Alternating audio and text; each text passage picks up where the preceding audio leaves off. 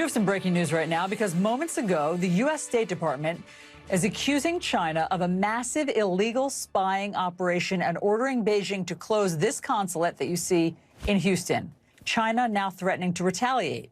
CNN's David Culver is live in Beijing with this breaking news. What have you learned, David? Allison, we know tensions between the U.S. and China have been rising over the past months. I can tell you this is now putting it at a whole new level. This escalates things rapidly. In fact, Chinese Foreign Ministry is saying that this will sabotage U.S.-China relations. Let me show you some of these images out of Houston right now. This is the Chinese consulate down there. And as you reported there, it's scheduled to be closed now by orders of the United States State Department. The Chinese are not happy with this, but the U.S. State Department is releasing a statement explaining why they're going about this. I'm going to read you that statement here, or at least part of it.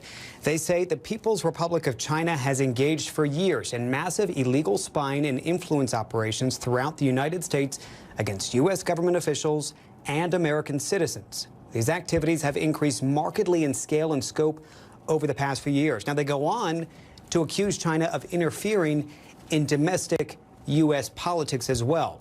A significant accusation there. So what is China doing in response? I'm going to play you a little bit from the Foreign Ministry and the spokesperson there who addressed it just a few hours ago. Take a listen. On July 21st, the U.S. abruptly demanded that China's consulate general in Houston cease all operations and events. It is a political provocation unilaterally launched by the U.S. side, which seriously violates international law, basic norms governing international relations, and the bilateral consular agreement between China and the U.S.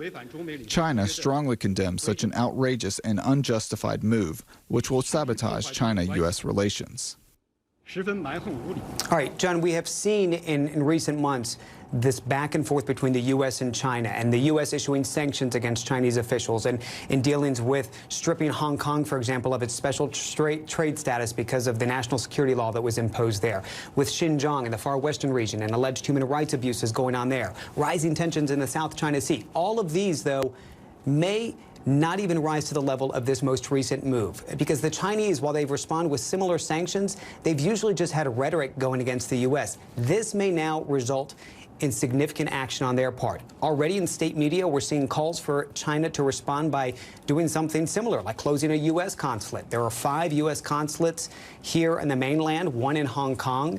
So it's possible, and Reuters is suggesting it may be the one in Wuhan, but it's possible that could be the next step from the Chinese side. But it is very likely that they will respond to this in some manner, John. Yeah, needless to say, we are watching that very closely over the course of the morning. David Culver, we're lucky to have you there. Please keep us posted on this breaking news.